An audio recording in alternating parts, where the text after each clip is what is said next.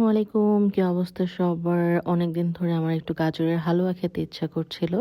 তো বানিয়ে ফেললাম। ১ম এ প্যানের মধ্যে আমি বেশ কিছু পরিমাণ ঘি দিলাম। তারপর গোটা গরম মসলা দিয়ে বেশ কিছুক্ষণ এটা ভেজে নেব। একটা সুন্দর স্ট্রং অ্যারোমা যতক্ষণ না পর্যন্ত বের হয়ে আসে।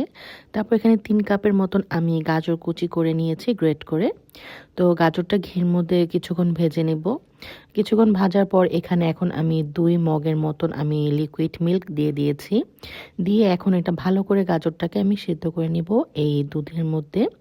আর স্বাদ মতন সামান্য একটু আমি লবণও দিয়েছি। তারপরে তো ঢেকে দিলাম। আস্তে, আস্তে গাজরটাকে খুব ভালো করে সিদ্ধ করে নিতে হবে। ঢেকে আমি এটা সিদ্ধ করে নিয়েছি। তো দুধটা যখন একটু কমে এসেছে অ্যান্ড গাজরটাও অলমোস্ট 80% সিদ্ধ হয়ে গিয়েছে, তখন এটাতে আমি ১ কাপের একটু কম আমি চিনি দিয়েছি। আপনারা আপনাদের স্বাদ মতো দিবেন। তারপর চিনিটা গলার পর আমার যখন অলমোস্ট ডান, তখন লাস্টে এখানে আমি ২ টেবিল চামচ গুঁড়া দুধ দিয়েছি। কিছু নাটস দিয়েছি। আর এই তো কিশমিশ দিয়ে তো আমার রান্না কমপ্লিট। এখন আমি এখানে একটু দিয়ে দিব ঘি। তো লাস্টে একটু ঘি দিলে ফ্লেভারটা অনেক স্ট্রং হয়। শর্টকাটে আমি বানিয়ে ফেললাম গাজরের হালুয়া। আপনাদের কার কার পছন্দ আমাকে অবশ্যই জানাবেন।